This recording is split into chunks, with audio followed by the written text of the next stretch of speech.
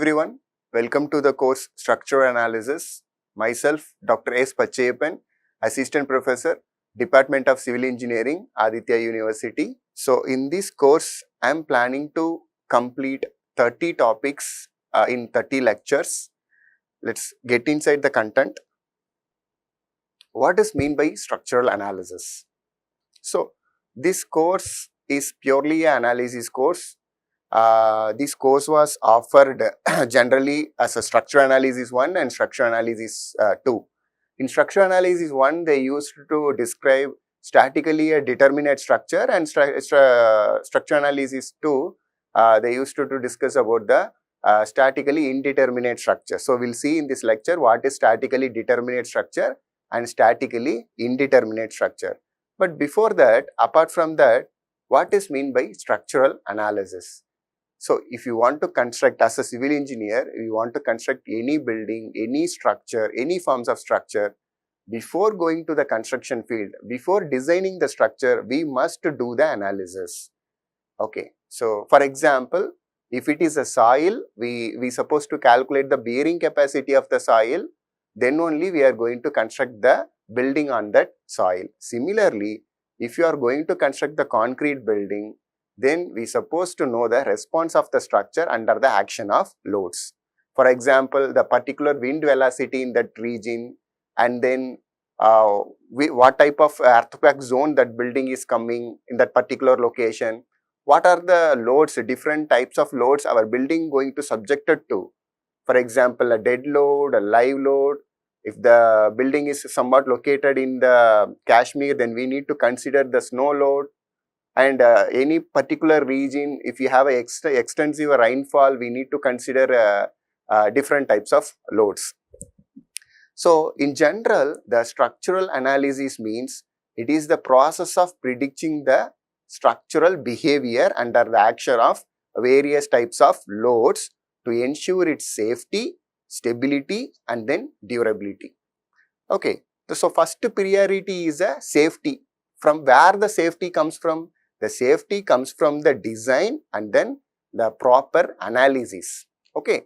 And then the stability of the structure.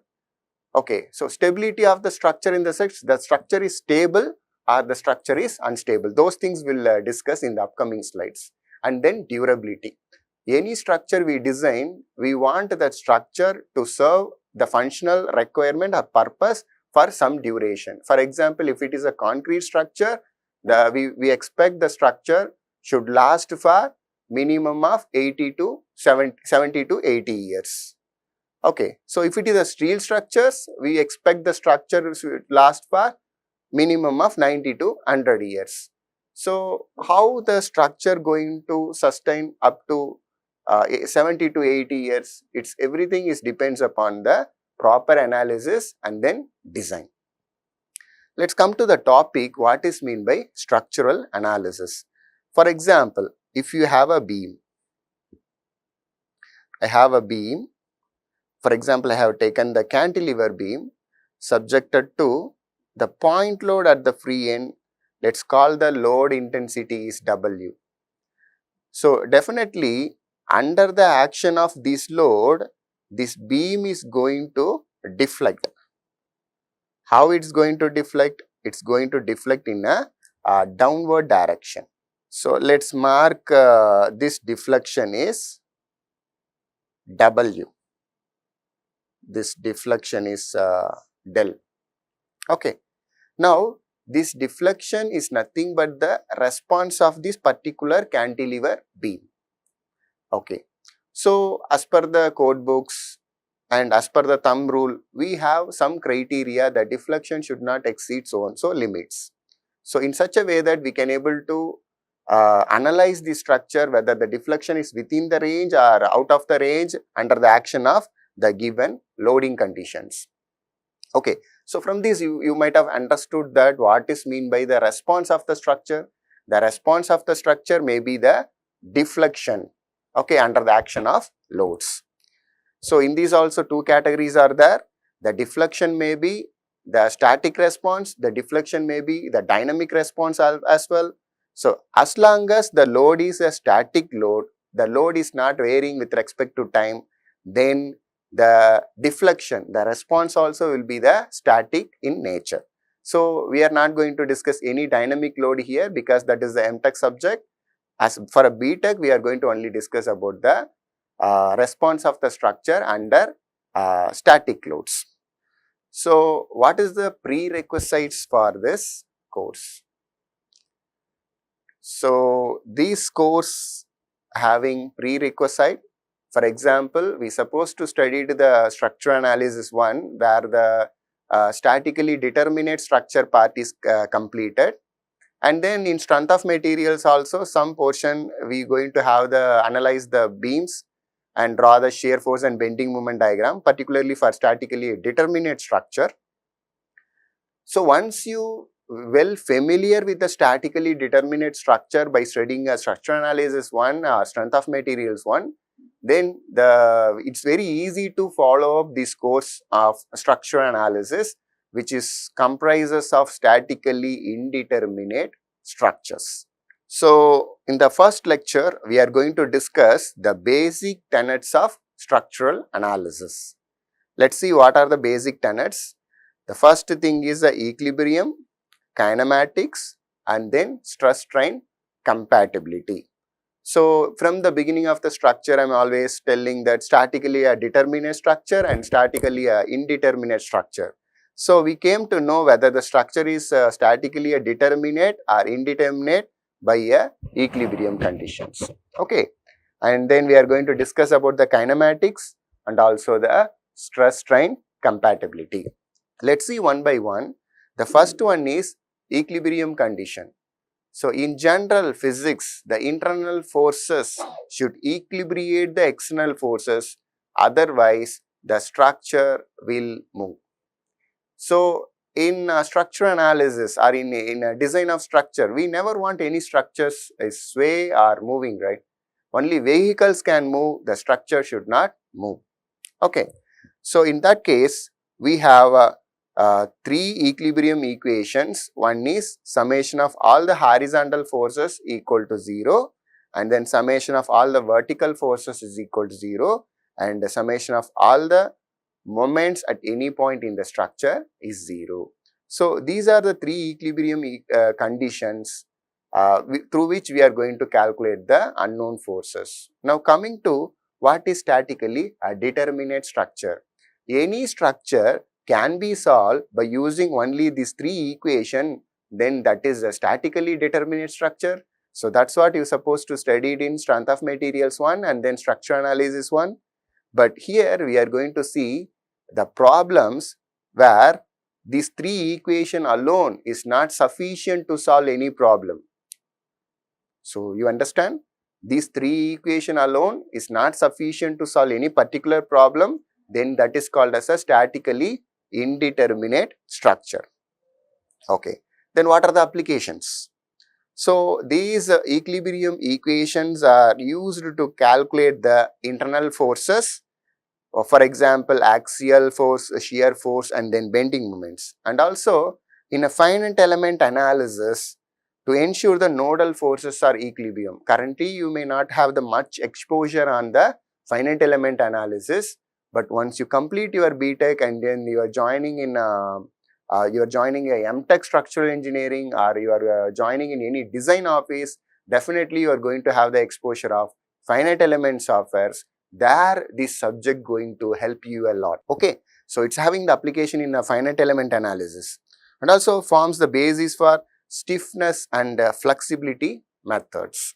So in any structure analysis course, for particularly in advanced structure analysis course, the last two units will be the matrix method of structure analysis, or some universities are offering the matrix method of structure analysis itself a separate course. Why? Because the stiffness and flexibility matrix methods are useful for a computer programming. So if you want to solve any problem by using the computer programming, we can able to do it. So what are the already developed softwares are available for the stiffness and flexibility matrix method? Any flexibility matrix method we are not conveniently using for the software developing options, only stiffness matrix are used. So what are the softwares? StatPro, the background software is nothing but the matrix method of structural analysis. ETABS, the background solver is nothing but the matrix method of structural analysis by the stiffness method. So, like that, many softwares are. Now, the second basics of the tenet structural analysis is kinematics or compatibility of deformation. So, already we discussed in the first slide, when the structure subjected to the loading, it is going to deform. So, when the structure is loaded, it is going to deform and then it going to result in the strain. So, one might going to think, okay, any structure going to deflect, what is the consequences? So, the first consequences is strain. The strain going to causes the stress, and then stress is going to create the internal forces, and finally the structure going to take the equilibrium state. So, this is called as a kinematics. Now, coming to the stress strain compatibility. So, this is the very important and crucial condition for the structural analysis. So, first one I discussed the equilibrium equation. The second one I discussed the kinematics, and then the third one is stress strain compatibility. So, if I can able to violate the equilibrium equations, I can. If I able to violate the kinematics, I can. But I cannot able to violate this condition, which is stress strain compatibility. Let me explain what is mean by the stress strain compatibility. For example, if you have any material, I am going to draw the stress strain curve of a mild steel.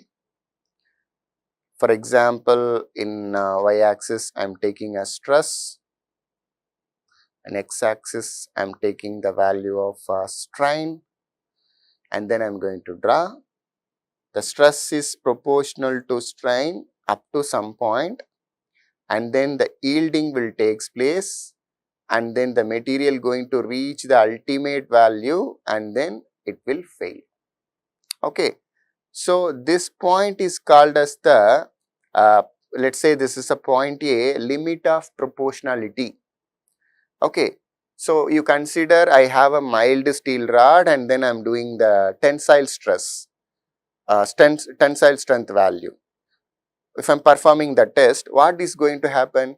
Up to certain stage, the stress will be proportional to the strain. After that, this rod is going to get elongated, that is called as a yielding. So, this is a yielding point, let us say y, and then the material is further stretched, and then it is going to reach the ultimate value, ultimate strength value, and finally it is will be get a fracture. Okay. So, why I am drawing this? In the structural analysis, what we are going to look into the upcoming slides or upcoming lectures, the stress is proportional to strain epsilon. This condition should not be violated at all. Stress is proportional to strain. Okay. So, this comes under the material nonlinearity. There is another nonlinearity also, that is the geometric nonlinearity. Okay, this is a material nonlinearity,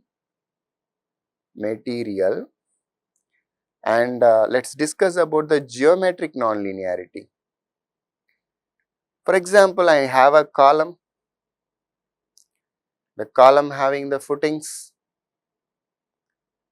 On the top of the column, consider the load acting P.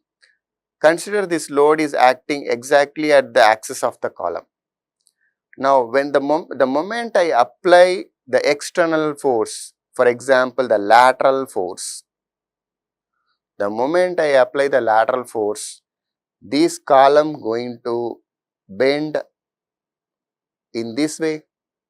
Still the load is acting on the column like this only, vertically only it is acting. Now, you see the distance created between the initial stage to the deformed stage, let us call this value is delta. Okay. So, now Earlier column is like this, load is acting. Now the column is deformed like this, still the load is acting. Now the distance between the deformed shape of the tip of the column to the original tip of the column and then multiplied by that force going to create the secondary moment. Okay, so what is the secondary moment? Secondary moment is nothing but the applied axial force multiplied by the horizontal or perpendicular distance delta. So this is P multiplied by del is nothing but the secondary moment which is created because of the deformation of the column. This is called as a P delta analysis. So those who are going to do the design and analysis in the StatPro in future, there will be the check box to tick whether you are going to consider the P delta analysis or not. If you put this P delta analysis check box tick mark, then it is going to consider the geometric nonlinearity also. Okay, let's go to the another thing. So in the summary, today's lecture, what we are discussed what is mean by equilibrium condition, we discussed what is mean by kinematics and also the stress strain compatibility. So in the next lecture, what we are going to discuss? We are going to discuss the different types of beams and then support condition. Slowly we will be getting into the subject and then we are going to solve the property cantilever, continuous beams by using the different methodology. So thank you for watching this lecture. Thank you.